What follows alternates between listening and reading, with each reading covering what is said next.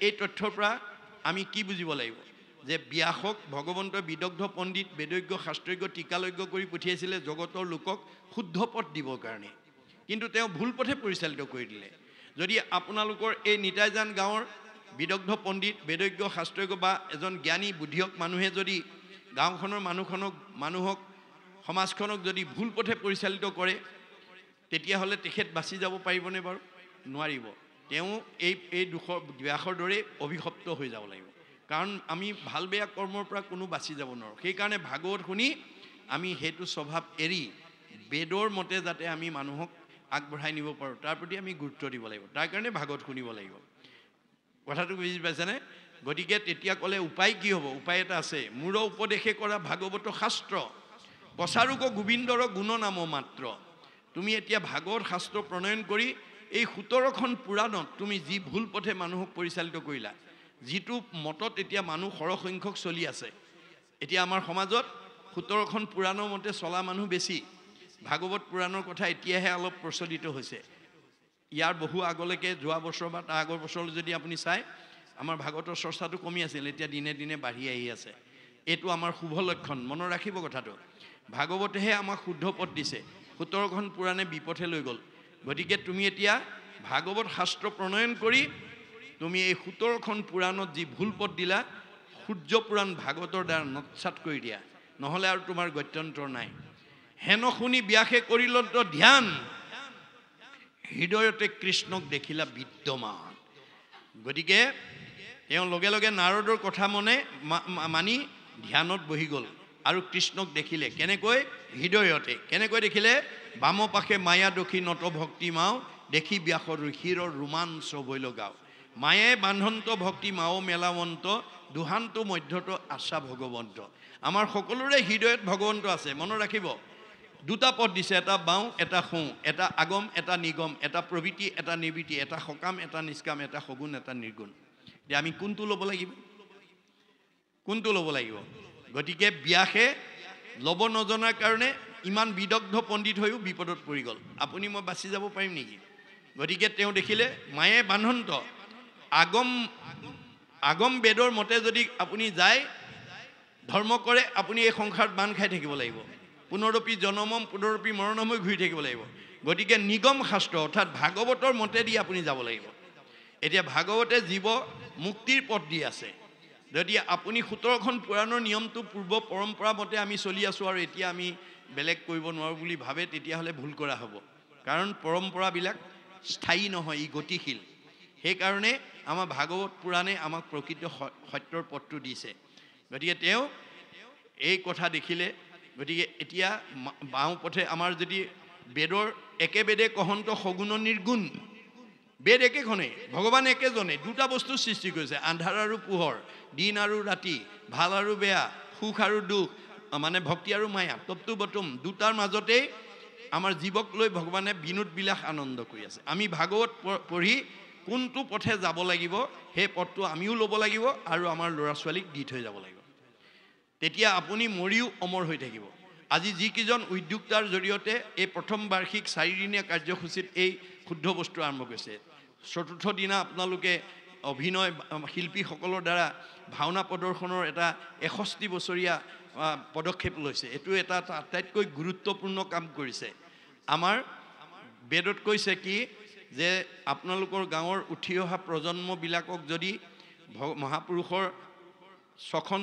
12খন নাটৰ পৰা এখন নাটকো যদি আপোনালোকে প্ৰশিক্ষণ কৰ্মশালাত যদি প্ৰশিক্ষণ দি যদি মানে গীত বাদ্য নৃত্যৰ দ্বাৰা পৰিৱেশন কৰিব পাৰে, তেতিয়াহ'লে কি কৈছে? কেশৱ অগ্ৰে গীতং বাদ্যং নৃত্যং হৰি গীতং বাদ্যং নৃত্যং য কৰোতি নৰ কলৌ নৰ পদে পদে অশ্বমেধ ফলং প্ৰাপ্নতি নৃত্যস্য। আপোনাৰ যিসকল শিল্পীয়ে শেষৰ দিনাখন গীত বাদ্য নৃত্য পৰিৱেশন কৰি নিৰ্গুণ কৃষ্ণৰ গুণলীলা নামঘৰত প্ৰদৰ্শন কৰিব, তেওঁলোকৰ প্ৰতিটো খোজৰ মূল্য হ'ব এটা এটা অশ্বমেধ যজ্ঞৰ সমান পুণ্য। আৰু যিসকলে আহি সেই অভিনয় চাবহি, গীতং বাদ্যং নৃত্যং হৰি কথা শুনে স্বপুণ্যাত্মা তদৈক্য ৰূপৰে সংস্থিতা। ভগৱন্তৰ কথা শুনা মানুহ তলৈকৰ ওপৰত থান দিব আজি আপোনালোকৰ জীৱবিলাকক তলৈকৰ থান দিব ওপৰত তিনি তলৈকৰ অৰ্থাৎ অপপ্ৰপঞ্চ এই প্ৰপঞ্চত নাথাকে আৰু প্ৰপঞ্চ হ'ল মায়া গতিকে অপপ্ৰপঞ্চ হ'ল বৈকুণ্ঠত স্থান দিব ইমান মাহাত্ম্য আছে গতিকে এই কৰ্ম আঁচনিবিলাক যিকেইজনে ল'লে তেওঁলোকে হয়তো শতবাৰ্ষিকলৈকে ঈশ্বৰে বা কালে তেওঁলোকক ৰেহাই নিদিবও পাৰে কিন্তু তেওঁলোকৰ দ্বাৰা এই যে ভাগৱত শাস্ত্ৰ যিখন সূৰ্য পুৰাণ এই শাস্ত্ৰৰ জীৱনশৈলীৰ যিটো প্ৰকৃত পথ প্ৰদৰ্শক কৰা শাস্ত্ৰখন যে প্ৰতিষ্ঠা কৰি থৈ গ'ল তেওঁলোক মৰিও অমৰ হৈ থাকিব তেওঁলোকৰ ইতিহাসত সেই কথা লিখা থাকিব আপোনালোকে অনাগত দিনত এইবাৰ যেনেকৈ 61তম মানে ভাওনা প্ৰদৰ্শনৰ কথা উল্লেখ কৰিছে আপোনাৰ ব্যাখ্যাৰ সেইটো অহা বছৰলৈ দ্বিতীয় সংখ্যক ভাগৱত ব্যাখ্যা বুলি উল্লেখ কৰি যাব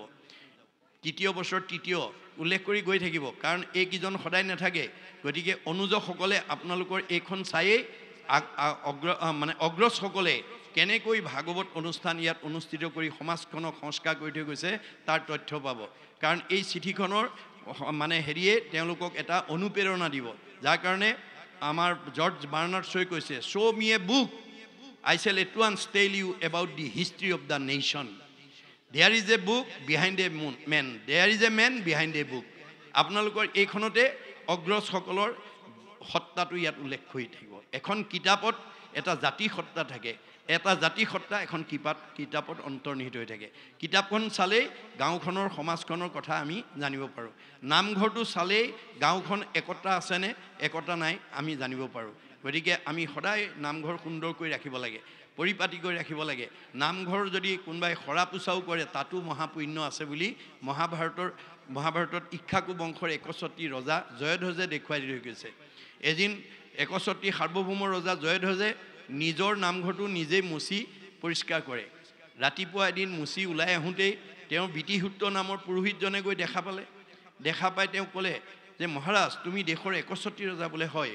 তুমি সাৰ্বভৌম ৰজা বোলে হয় তোমাৰ বহুত চাকৰ নাকৰ আছে বোলে হয় তৎসত্ত্বেও তুমি নিজে কিয় মুচিছা চাকৰ নাকৰ দ্বাৰা নুমুচি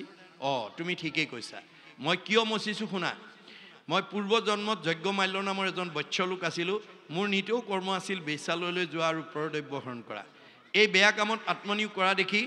মোৰ পিতৃ মাতৃ ভাতৃগণে মোক মাতি আনি ক'লে তুমি যদি এনেকুৱা বেয়া কামত আত্মনিয়োগ কৰা আমাৰ মানে বংশৰ মৰ্যাদা হানি হ'ব তুমি ইয়াৰ পৰা উলটি আহিব লাগে মই পিতৃ মাতৃ ভাতৃগণৰ সদুপদেশ শুনিলোঁ কিন্তু মই তাত যিটো আনন্দ আৰু সোৱাদ পাইছিলোঁ সেইটো এৰিব নোৱাৰি মই পুনৰ যেতিয়া তাতে আত্মনিয়োগ কৰিলোঁ তেতিয়া বংশৰ মৰ্যাদা হানি হোৱাৰ ভয়ত পিতৃ মাতৃ ভাতৃগণে মোক মৰিয়াই কিলাই তেজপুত্ৰ কৰি খেদি পঠিয়ালে মই কান্দি গৈ এখন অৰণ্যৰ মাজমজিয়াত প্ৰৱেশ কৰিলোঁ আৰু তাতে দেখিলোঁ কোনোবা ঋষিমুনি যোগীয়ে ঈশ্বৰক ধ্যান কৰি সিদ্ধি লাভ কৰি এৰি থৈ যোৱা পৰিত্যক্ত এটা মন্দিৰ দেখা পালোঁ আৰু তাতেই মই খন্তেক জিৰণি লওঁ বুলি শাৰী পুচি মচি পৰিষ্কাৰ কৰি মই শুলোঁ টোপনি গ'ল কালসৰ্পই দংশন কৰিলে মোৰ মৃত্যু হ'ল কিন্তু জীৱনৰ শেষ বেলা মই যে পৰিত্যক্ত হ'লেও ঈশ্বৰক আৰাধনা কৰা জেগাকণ যে মুচি দিলোঁ তাৰ কাৰণে মোৰ প্ৰাৰব্ধ পাপবিলাক ভগৱন্তই খণ্ডন কৰি সেই পুণ্যৰ বলত এই জন্মত মোক ইক্ষ্বাকু বংশৰ 61টি ৰজা কৰি জন্ম দিলে মই জাতিস্মৰ শক্তিৰ বলত সেই কথা উপলব্ধি কৰি তুমি কোৱাৰ দৰে চাকৰ নাকৰ থকা স্বত্তেও মই নিজৰ নামঘৰটো নিজেই মুচোঁ নামঘৰ বা মন্দিৰ মুচিলে কি হয় শুনা হৰিৰ মন্দিৰ কৰে যিজনে মাৰ্জন তাৰ যত পুণ্য হৈ নাযায় গণন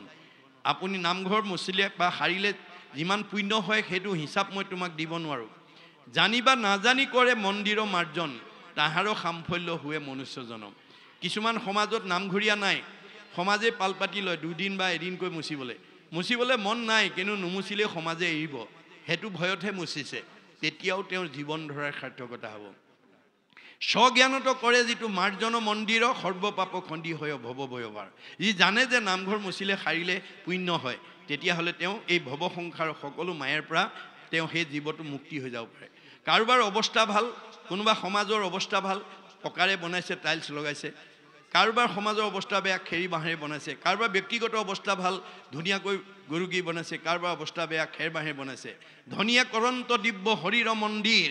ইষ্টক পাষাণ্য ৰূপ সুবৰ্ণ প্ৰাচী তৃৰ্ণকাষ্ট দিয়া কৰে দৰিদ্ৰে নিৰ্মাণ তথাপি মাৰ্জন ফল দুয়োৰে সমান গতিকে আপুনি পকা ঘৰ মুচিলে বেছি পুণ্য হ'ব কেঁচা ঘৰ মুচিলে কম হ'ব এইটো নাই ভগৱানৰ দৃষ্টিৰ সকলো সমান সেইকাৰণে অৰ্জুনক কৈছে মূৰ গৃহে পুষ্পবাতি কৰিবা যতন শ্ৰদ্ধা ভাৱে মূৰ গৃহ কৰিবা লেপন গৃহক লেপনতে মৃতিক আৰু ৰেণু যত সেহি কৰ্মে ভক্তি বাঢ়ে থাকে বৈকুণ্ঠত এই কথা কৈ থৈ গৈছে যে মোৰ ঘৰটো তোমাৰ আপুনি যিমান পাৰে পুৱা গধূলি গা পা ধুই ধূপ এডাল জ্বলাবৰ কাৰণে বহুত যত্ন কৰিব মই যিকোনো প্ৰকাৰে সেৱা কৰিমগৈ এনেকুৱা দৃঢ়তা আমাক লাগিব মনত ৰাখিব কথাটো গতিকে মানে বহুত যত্ন কৰি কৰিবা আৰু মচা কচা কৰোঁতে আঙুলিৰ সাজবিলাক যিমান তাত পৰি আহিব সিমান দিন বৈকুণ্ঠত এই জীৱই বসবাস কৰিব পাৰে এই তথ্য আমাক দিছে তে এইবিলাক শাস্ত্ৰৰ মতবিলাক আমি যাতে ভাগৱতৰ পৰা বুটলি লৈ যাব পাৰোঁ যিটো কাৰণে ৰাধিকা সতীয়ে সেই তথ্য দি অলৌকিকক লৌকিক কৰি দেখাইছিলে ৰাধিকা সতীত্ব গুণৰ প্ৰথম বৈশিষ্ট্য কি পুৱা সোনকালে উঠি প্ৰাতসে উঠিয়া কৰোঁ গৃহকৰ্মগণ বাহিৰে ভিতৰে কৰোঁ গোময় সিঞ্চন মই ৰাতিপুৱা সোনকালে উঠি ঘৰ দুৱাৰ সাৰি মচি গুৰুক দি মচি কাচি ধূপ ধূনা জ্বলাই ঈশ্বৰ উপাসনা কৰি ঘৰখন প্ৰদূষণমুক্ত কৰি ৰাখোঁ বৰ সুন্দৰ হৈছে যোৱা পানী আনা 3টা কাঠি এপলো পানী এপলো মাটি টেম্বনি জানত পেলাই দিয়াৰ লগে লগে বুৱতী নদী বন্ধ হ'ল এইটো গুৰুজনৰ দিনৰ কথা আজি 600 বছৰ আগৰ কথা গতিকে এইটো যদি হয় আমাৰ নহ'ব কিয় আমি মাত্ৰ ভাগৱতৰ পৰা আমি বস্তুখিনি বুটলি ল'ব লাগিব এইখিনি ক'লোঁ ইয়াৰ পিছৰখিনি আপোনালোকে অকণমান শ্ৰৱণ কৰক খন্তেক মই বিৰতি লৈছোঁ পুনৰ আকৌ আহি ব্যাখ্যাত আৰম্ভ কৰিম কৃষ্ণ কৃষ্ণ